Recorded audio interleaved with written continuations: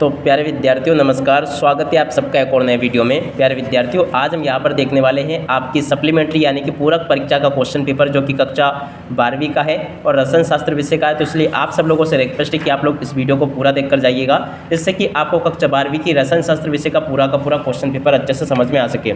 जी हाँ प्यारे विद्यार्थियों, A to Z पूरा का पूरा आज मैं यहाँ पर आपको कक्षा 12वीं का रसायन शास्त्र विषय का पूरा क्वेश्चन पेपर बताने वाला हूँ, जो कि प्यारे विद्यार्थियों पूरा क्वेश्चन पेपर आपका परीक्षाओं में आपको इसी प्रकार का देखने को मिल जाएगा। तो चलो जल्दी से हम आगे बढ़ते हैं, देखते हैं और समझते हैं कि कक्षा 12वीं का आपका रसायन शास्त्र विषय का क्वेश्चन पेपर किस प्रकार का आएगा और आप सब लोगों को अपने पेपर का सॉल्यूशन कैसे पूरा कंप्लीट कर लेना चाहिए। Totally A to Z question प्यारे विद्यार्थियों में यहाँ से आपको बताने वाला हूँ। तो चलिएगा जल्दी से हम आगे बढ़ते हैं, समझते हैं कि आपका पूरा क्वेश्चन पेपर किस प्रकार का आएगा और आपको अपने पेपर का सॉल्यूशन कैसे पूरा कंप्लीट कर लेना चाहिए।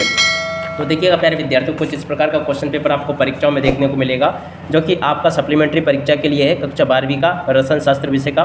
तो देखो इसमें पहला क्वेश्चन सही विकल्प चुनकर लिखिए। तो देखिएगा सही विकल्प चुनकर आपको कैसे लिखना है। पहला क्वेश्चन शुद्ध जल की मोललता है, तो देखिएगा ये होगी 55.5, इसका राइट आंसर होगा। सेल स्थिरांक है, तो देखिएगा इसका राइट आंसर आ जाएगा आपका L/A। यहाँ से आप लोग लिख लें। कौन सा संक्रमण धातु आयन रंगीन है, तो देखिएगा B2+, इसका राइट आंसर होगा। डी नंबर का राइट आंसर यहाँ से आप लोग नोट कर लें। उसके बाद में एरिल हेलाराइड में हेलोजन परमाणु से जुड़े कार्बन के संकरण होते हैं, तो देखो sp2 यहाँ पर आपको लिख लेना है।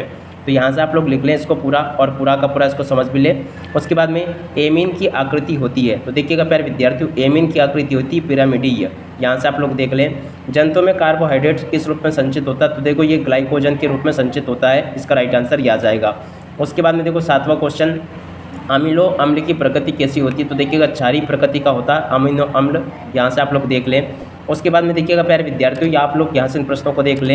इन सभी प्रश्नों को आप लोग पढ़ लीजिएगा। पहले का राइट आंसर सी होगा, दूसरे का बी आ जाएगा, तीसरे का डी होगा और चौथे का आपका बी आ जाएगा। तो यहाँ से आप सब लोग प्यारे विद्यार्थी इस प्रकार से इन सभी प्रश्नों को समझ लीजिएगा। अब इसके बाद में देखो इन प्रश्नों को देख लें। 5वां क्वेश्चन ये लिखा है, छठा ये दिया गया है, 7वां क्वेश्चन ये लिखा है। अब इसके बाद में देखो रिक्त स्थानों की पूर्ति को यहाँ से देख लीजिएगा। आपके पेपर में रिक्त स्थान इस प्रकार से पूछे जाएंगे। प्रतिरोध का व्युत्क्रम क्या होती है, चालकता। अभिक्रिया की दर अभिकारक के सांद्रण में समानुपाती होती है, तो ये देखो यहाँ पर आप लोग समानुपाती लिख लें। Zn केवल ऑक्सीकरण अवस्था दर्शाता है, तो देखो यहाँ पर आपको लिखना +2। उसके बाद में देखो चौथे नंबर का क्वेश्चन में आपको उच्च लिख देना है, यहाँ पर आपको उच्च लिख लेना है। कास्ट स्पिरिट का रासायनिक सूत्र, तो देखो ये होता है CH3 - OH।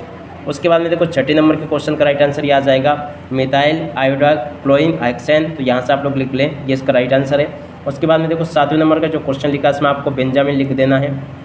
उसके बाद में देखिएगा आगे आपके पेपर में इस प्रकार के क्वेश्चन पूछे जाएंगे। यहाँ से आप सब लोग इन प्रश्नों को देख लें और अच्छे से पूरा समझ भी लें, ताकि आप सब लोग प्यारे विद्यार्थियों अपनी परीक्षाओं के पेपर में इनको अच्छे प्रकार से लिख कर आ सको। आप देखिएगा आप आगे बढ़ते हैं, आगे क्वेश्चन और उनके आंसर को देखते हैं। तो देखिएगा आगे आपके पेपर में इस प्रकार के क्वेश्चन आएंगे, यहाँ से आप सब लोग इसको देख लें। देखिएगा पहला क्वेश्चन लिखा है नॉर्मलता ज्ञात करने का सूत्र लिखिए। तो देखिएगा नॉर्मलता ज्ञात करने का सूत्र ये लिखा है N = W/M गुणा 1000 गुणा V/V, ठीक है ना। इस प्रकार से यहाँ से लिख लो। अगला क्वेश्चन आर्नियस समीकरण लिखिए। तो देखिएगा आर्नियस समीकरण ये लिखा है, यहाँ से आप लोग इसको भी देख लें और पूरा समझ लें। Cu+2 का इलेक्ट्रॉनिक विन्यास, तो देखिएगा ये होगा Cu2+, और इसके बाद में यहाँ से आप लोग इस प्रकार से लिख लें। उसके बाद में चौथा क्वेश्चन EDTA की संरचना बनाइए। तो देखिएगा EDTA की संरचना ये यहाँ पर आपको दी गई है, यहाँ से आप लोग लिख लें।